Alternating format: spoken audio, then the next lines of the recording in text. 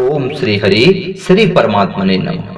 श्रीमद् भगवत गीता श्लोकार्थ से द्वितीय अध्याय 8वां श्लोक। नहीं प्रपश्यामि ममापनुध्याद यच्छोकमुक्षो क्षणमिन्द्रियाणाम् अवाप्य भूमावस पत्नमृद्धं राज्यं सुराणामपि चाधिपत्यम्।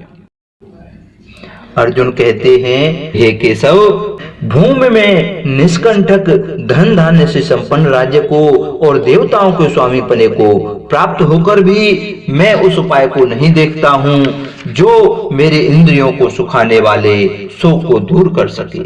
इसलिए मुझे शिक्षा दीजिए। एवं मुक्ता ऋषिकेशं गुणाकेशः परन्तप न योत्स्य इति गोविंद मुक्त्वा तूष्णीम बभूवः। संजय कहते हैं, हे राजन, निद्रा को जीतने वाले अर्जुन अंतर्यामी श्री कृष्ण महाराज के प्रति इस प्रकार कहकर फिर श्री गोविंद भगवान से युद्ध नहीं करूंगा, यह स्पष्ट कहकर चुप हो गए। तमुवाच ऋषिकेशः प्रहसन्निव भारत सेनयोरुभयोर्मध्ये विषीदन्तमिदं वचः। हे भरतवंशी धृतराष्ट्र, अंतर्यामी श्री कृष्ण महाराज ने दोनों सेनाओं के बीच में शोक करते हुए उस अर्जुन को हंसते हुए से यह वचन बोले।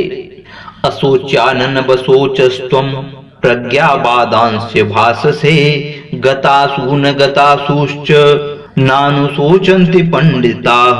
श्री भगवान बोले कि हे अर्जुन, न तो तू शोक करने योग्य मनुष्यों के लिए शोक करता है और न ही पंडितों के से वचन कहता है, परंतु जिनके प्राण चले गए हैं उनके लिए और जिनके प्राण नहीं गए हैं उनके लिए भी पंडित जन शोक नहीं करते। इस श्लोक से भगवान शरीर और शरीरी के विवेक का उपदेश देना आरंभ करते हैं, जो प्रत्येक मार्ग के साधक के लिए अत्यंत आवश्यक है। शरीर सदा मृत्यु में रहता है और शरीर सदा अमरता में रहता है, इसलिए दोनों के लिए शोक करने का कोई औचित्य नहीं है। यह इस संपूर्ण उपदेश का सार है।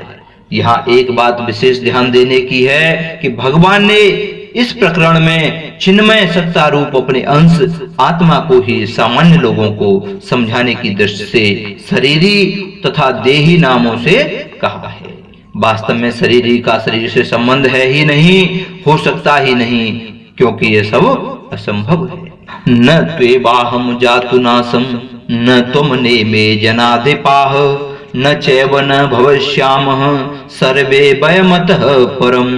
भगवान कहते हैं कि न तो ऐसा ही है कि मैं किसी काल में नहीं था या तू नहीं था, अथवा ये राजा लोग नहीं थे, और ना ऐसा ही है कि इससे आगे हम सब नहीं रहेंगे। देहिनो अस्मिन्यथा देहे कौमारम यौवनम जरा तथा देहांतर प्राप्तिर धीरस्तत्र न मुहति। जैसे जीवात्मा की इस देह में बालकपन, जवानी और वृद्धावस्था होती हैं, वैसे ही अन्य शरीर की प्राप्ति होती है। उस विषय में धीर पुरुष मोहित नहीं होता, क्योंकि जीव स्वयं तो निरंतर अमृतत्व में ही रहता है और शरीर निरंतर मृत्यु में जा रहा है। जीव के गर्भ में आते ही मृत्यु का यह क्रम आरंभ हो जाता है। गर्भावस्था मरती है तो बाल्यावस्था आती है, बाल्यावस्था मरती है तो युवावस्था आती है, युवावस्था मरती है तो वृद्धावस्था आती है, वृद्धावस्था मरती है तो देहांतर अवस्था आती है, अर्थात दूसरे जन्म की प्राप्ति होती है।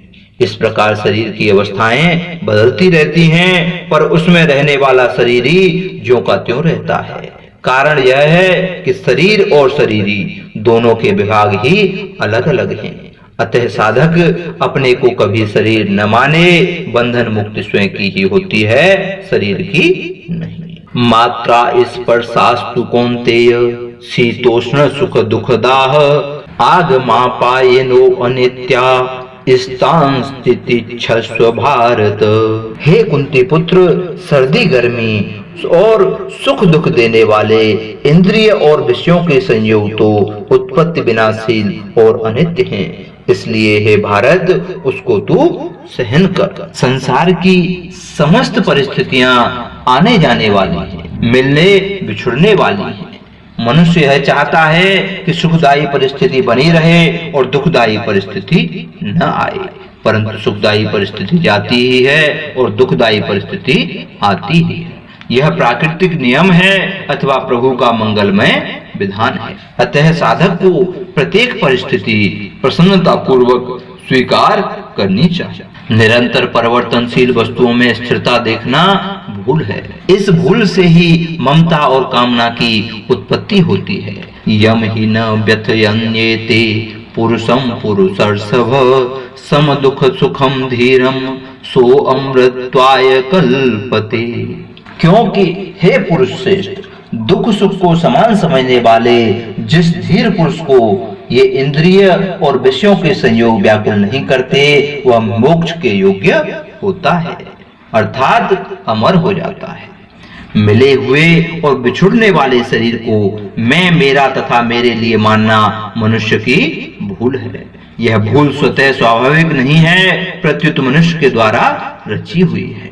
अपने विवेक को महत्व न देने से ही यह भूल उत्पन्न होती है। इस एक भूल से फिर अनेक तरह की भूलें उत्पन्न होती हैं। इसलिए इस भूल को मिटाना बहुत आवश्यक है और इसको मिटाने की जिम्मेवारी मनुष्य पर ही है। इसको मिटाने के लिए भगवान ने मनुष्य को विवेक प्रदान किया है। जब साधक अपने विवेक को महत्व देकर इस भूल को मिटा देता है, तो वह निर्मम निरहंकार हो जाता है। निर्मम निरहंकार होते ही साधक में समता आ जाती है। ओम श्री हरि श्री परमात्मा ने नमः। श्रीमद् भगवत गीता श्लोकार्थ से 2 अध्याय 15वां श्लोक संपूर्ण।